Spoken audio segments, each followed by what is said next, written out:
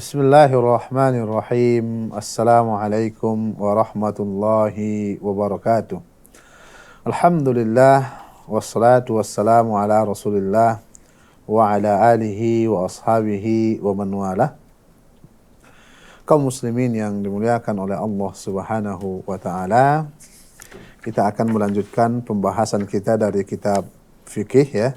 Kita masih berada dalam kitab Al-Muamalat. Dan sekarang kita berada pada bab keempat, yaitu ar-rahan. Artinya penggadaian ya. Jadi dalam Islam juga diajarkan bagaimana pegadaian atau penggadaian yang dibolehkan. Dan juga bagaimana penggadaian yang diharamkan. Dan dalam bab ini ada juga terdiri dua bagian ya. Ada dua bagian. Bagian pertama kita akan membahas makna dan dalil pensyariatan. Ar-rahan ya, atau penggadaian adalah menjadikan harta benda sebagai jaminan pengokoh untuk hutang. Untuk dijadikan pembayaran dari harta benda itu atau dari harganya ya, apabila yang berhutang tidak mampu melunasinya. Jadi inilah yang dinamakan ar-rahan. Jadi seorang umpamanya mau berhutang ya kepada orang lain. Namun pihak yang lain itu kurang mempercayai umpamanya ya, kurang mempercayai. Sehingga dia meminta jaminan. Maka itu dibolehkan. Kita katakan tadi si A ya mau berhutang kepada si B ya. Kemudian si B melihat dari pihak A ini ada hal yang meragukan ya, ada hal yang meragukan. Sehingga dia menolak untuk memberikan hutang kepada si A. Kemudian si A mengatakan, "Saya berusaha sekuat tenaga untuk membayarnya dan saya akan berikan Anda jaminan umpamanya." Jadi dengan adanya jaminan ini si B mau memberikan hutang. Maka dalam kondisi seperti ini maka dibolehkan ya. Jadi yang digadaikan itu pun memang harus hal-hal yang bisa dijual ya, bisa diperjualbelikan. Ya, kalau si A umpamanya tidak mampu membayar ketika saat penentuan pembayaran sudah tiba, ya, maka mereka berdua boleh sepakat dengan menjual harta tersebut ya untuk menutupi hutang tersebut. Umpamanya hutang si A kepada si B 50 juta kita katakan, 50 juta rupiah. Dan jaminan itu harganya 60 juta rupiah. Harganya 60 juta rupiah. Ketika waktu pembayaran sudah tiba, si A tidak mampu. Sedangkan si B sangat membutuhkan. Maka sepakatlah kedua belah pihak untuk menjual jaminan tadi. Maka jaminan tersebut berhasil dijual dengan harga 60 juta rupiah. Maka si B hanya boleh mengambil sesuai nilai hutang, tidak boleh lebih. Hutangnya tadi 50 juta, harga jaminan 60 juta. Ya, 60 juta. Maka si B mengambil 50 juta, sisanya dikembalikan kepada si A. Jika kondisi jaminan lebih mahal ya. Bagaimana jika kondisi jaminan itu lebih murah?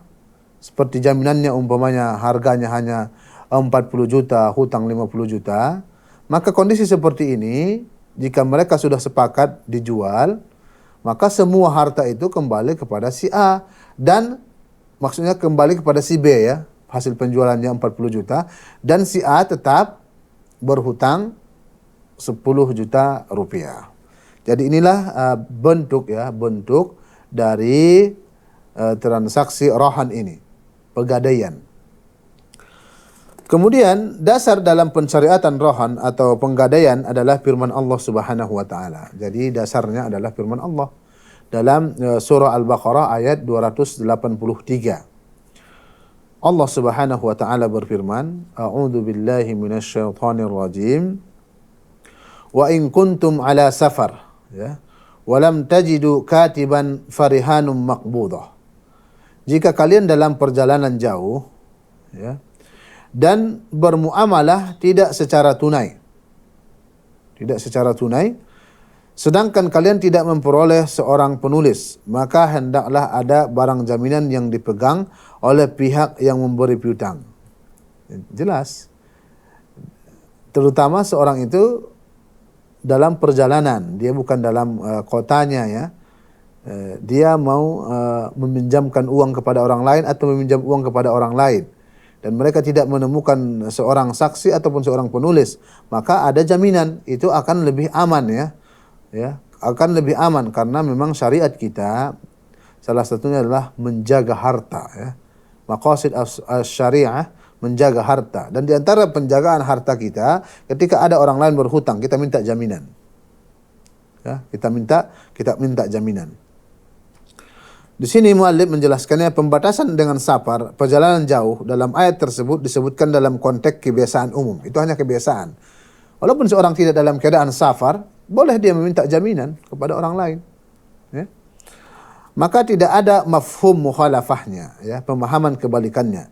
Karena as-sunnah, ya, menunjukkan bahwa rohan tetap disyariatkan pada saat tinggal, bukan safar.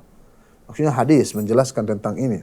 Dalam sebuah hadis dari Ummul Mukminin Aisyah radhiyallahu anha, beliau berkata, "Anna Nabi sallallahu alaihi wasallam ishtara ta'aman min Yahudi ila ajal wa rahanahu dir'an min hadid." Ya.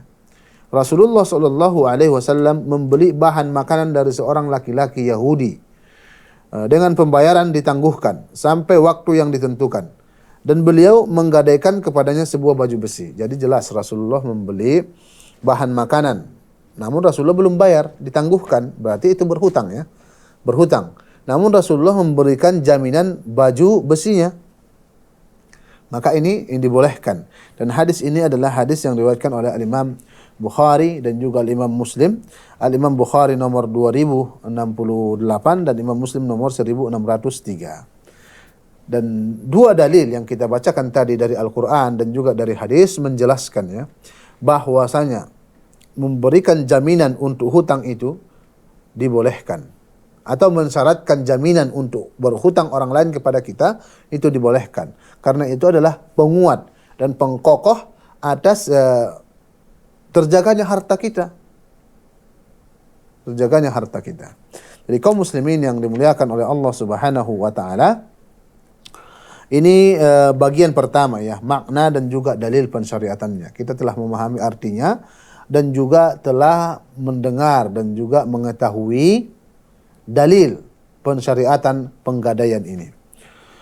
Kemudian bagian kedua, ya, bagian terakhir dari bab ini, hukum-hukum yang berkaitan dengan rohan. Kita akan membahas, ya, sedikit demi sedikit hukum yang berkaitan dengan penggadaian. Jadi di sini kita akan mengetahui mana penggadaian yang benar atau halal dan mana penggadaian yang diharamkan. Ya. Yang pertama, tidak sah menggadaikan sesuatu yang tidak boleh dijual, ya, seperti wakaf dan hewan yang tidak boleh dijual seperti anjing, ya. Karena tidak mungkin membayar hutang dengan harta wakaf dan harga hewan anjing tadi, dan tidak sah juga menggadaikan sesuatu yang tidak dimiliki, ya, jelas. Seorang umpamanya mau berhutang kepada orang lain, ya. Si fulan mau berhutang kepada si fulan, ya.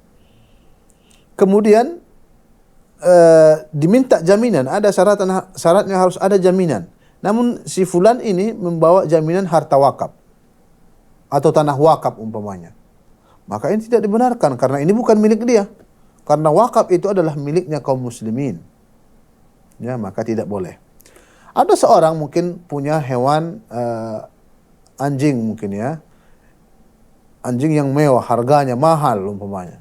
Maka ini tidak boleh juga karena memang harta penjualan dari hewan anjing tidak halal.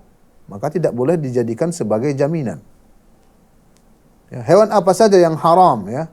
haram harganya atau nilainya, maka tidak boleh dijadikan sebagai jaminan. Karena ketika seorang menjual yang haram, maka transaksinya itu batal.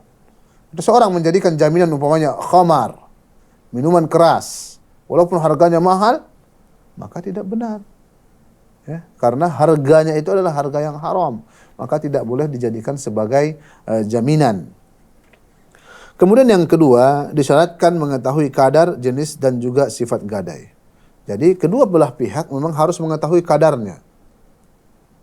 Ya. Kadar harta, maksudnya jaminan tersebut.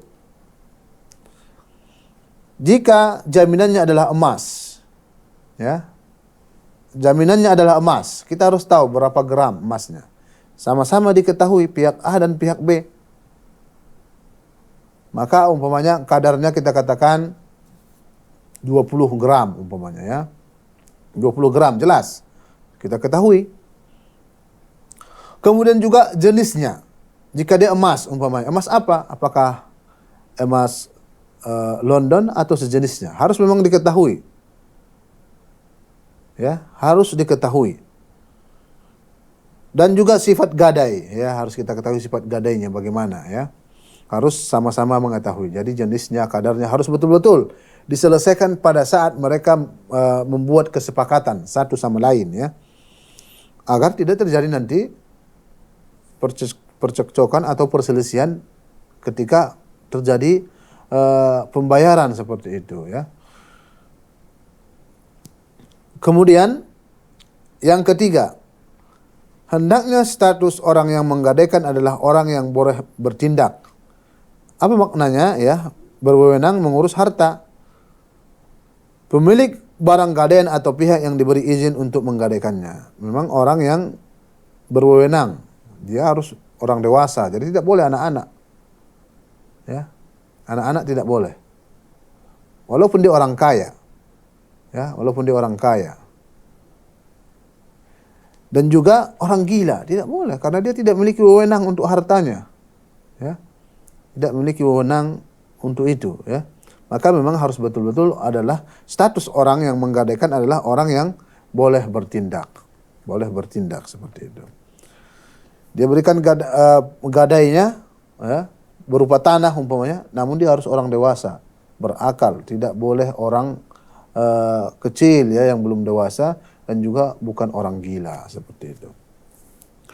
Kemudian yang keempat, pihak penggadai tidak berhak untuk bertindak terhadap barang gadai tanpa kerelaan dari pihak penerima gadai, yakni perusahaan penggadai dan individu. Sebaliknya penerima gadai tidak bisa memiliki barang gadai itu tanpa kerelaan penggadai. Jadi jelas, ya.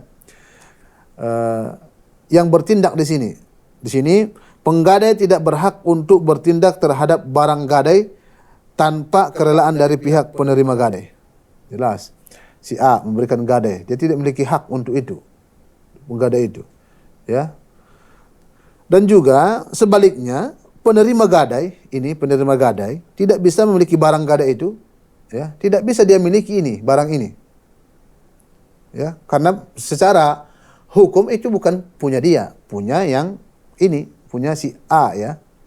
Dia tidak bisa memiliki ini tanpa kerelaan si A ini tadi. Makanya ketika mau dekat pembayaran hutang atau sudah sampai pembayaran hutang dan si A belum bisa membayar dan si B sangat butuh, ya,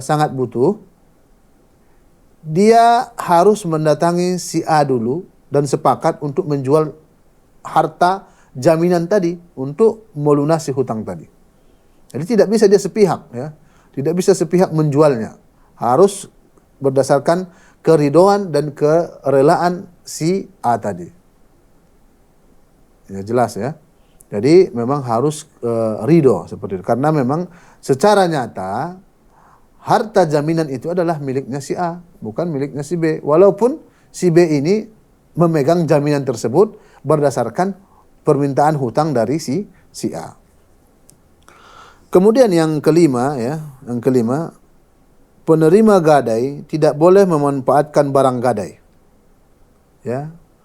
kecuali barang gadai dalam bentuk hewan yang dikendarai atau diperah susunya, maka dia boleh mengendarai dan memerahnya bila dia yang menafkahinya. Jadi si A ini si B, si A berhutang ya dan memberikan jaminan kepada si B.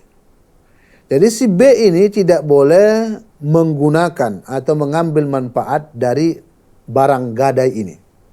Tidak boleh diambil. Karena jika dia ambil maka termasuk kepada riba. Kullu qardin jarra fiha naf'an fahuwa riba. Ya. Setiap pinjaman yang mengandung unsur manfaat maka itu riba. Dia kasih pinjaman kepada si A, namun dia ambil manfaat dari harta atau jaminan yang diberikan si A, maka itu tidak dibenarkan kecuali jaminan tersebut ya berbentuk hewan yang dikendarai.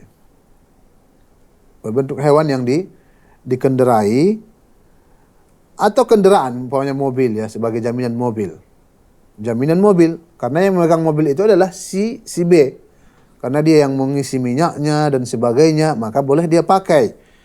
Atau seorang memberikan jaminan hewan, umpamanya sapi. Jaminannya sapi. Yang memberikan nafkah untuk sapi itu siapa? Si B. Maka boleh dia perah susunya, karena dia menafkahinya. Ya. Ini jika jaminan memang berada pada tangan si B.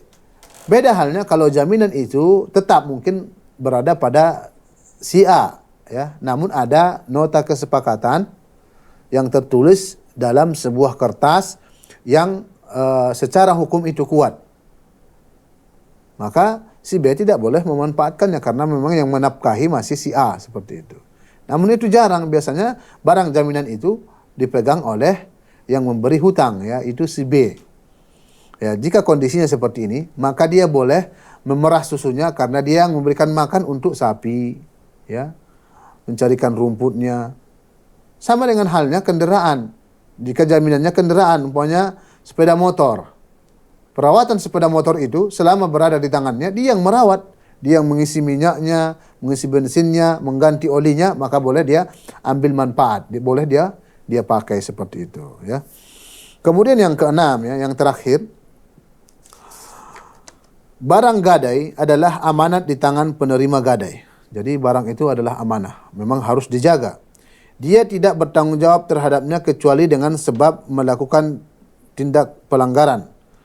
Lalu bila hutang yang dijamin dengan gadai sudah jatuh tempo, maka yang berhutang atau debitur ya, wajib membayarnya. Lalu bila dia menolak, maka hakim memaksanya. Lalu bila dia masih menolak, maka hakim menahannya dan mentakzirnya sehingga dia membayar kewajibannya atau menjual barang gadainya dan melunasi hutangnya dari hasil penjualannya. Jadi jelas. Jadi barang yang digadai itu ya amanah. Dan si B yang menerima jaminan itu, dia tidak boleh serta-merta menjual barang tersebut tanpa keridhaan si A. Ya. Kemudian bagaimana jika si B sangat butuh sekali dan jatuh dan waktu untuk membayar hutang sudah jatuh tempo umpamanya. Dan si A tidak mau menjual jaminan tersebut dan tidak ridho untuk menjual tersebut, maka si B boleh melapor kepada si hakim. Qadhi melapor kepada hakim. Sehingga hakimlah yang memaksa dia. Jika dia tidak mau membayar, maka dia boleh dipenjarakan oleh hakim sampai dia mau menjual jaminan tersebut dan dibayarkan kepada si B. Jika kondisinya seperti ini, maka memang harus betul-betul ya, si A ini harus membayar kewajibannya. Jika memang dia punya jaminan, ya dia jual jaminan tersebut. Karena dia memiliki harta. Karena memang sekarang banyak orang menunda-nunda membayar hutang tersebut ya, menunda-nunda, maka itu tidak dibolehkan. Karena Rasulullah mengatakan batalul ghani zulm ya. Matal bukan batal ya, matalul ghani zulm. Menunda-nunda pembayaran bagi orang yang sanggup itu adalah kezaliman. Kezaliman. Bayangkan ketika dia mau berhutang, ya, dia datang dengan mengeluh-ngeluh, memohon-mohon. Ketika sudah jatuh temponya, dia tidak mau bayar. Tidak mau bayar. Maka seperti ini adalah bukan adab dan juga bukan akhlak seorang muslim yang hakiki. Muslim yang baik, ketika dia tidak sanggup, ada jaminan, dia mau jual jaminan tersebut. Dan juga muslim yang baik, ya, yang memiliki rahmat, jika seorang belum sanggup bayar, maka dia kasih tangguhan waktu. Jadi seperti inilah. Karena memang hutang yang diberikan kepada saudaranya mukmin itu adalah merupakan sedekah baginya, ya. Sedekah baginya sebagaimana kita sebutkan pada pertemuan sebelumnya. Ya. Allah berikan lipat ganda melebihi dari sedekah yang lain.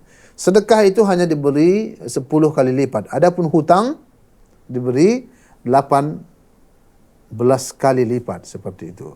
Baiklah kaum muslimin yang dimuliakan oleh Allah Subhanahu wa taala, ini yang dapat kita sampaikan pada pertemuan kali ini. Sebagai rangkuman adalah pegadaian adalah menjadikan harta benda sebagai jaminan pengokoh untuk hutang. Jadi gadai itu atau jaminan itu adalah pengokoh untuk hutang kita. Bisa saja tadi kita katakan pihak yang mau memberikan hutang itu ragu, ya.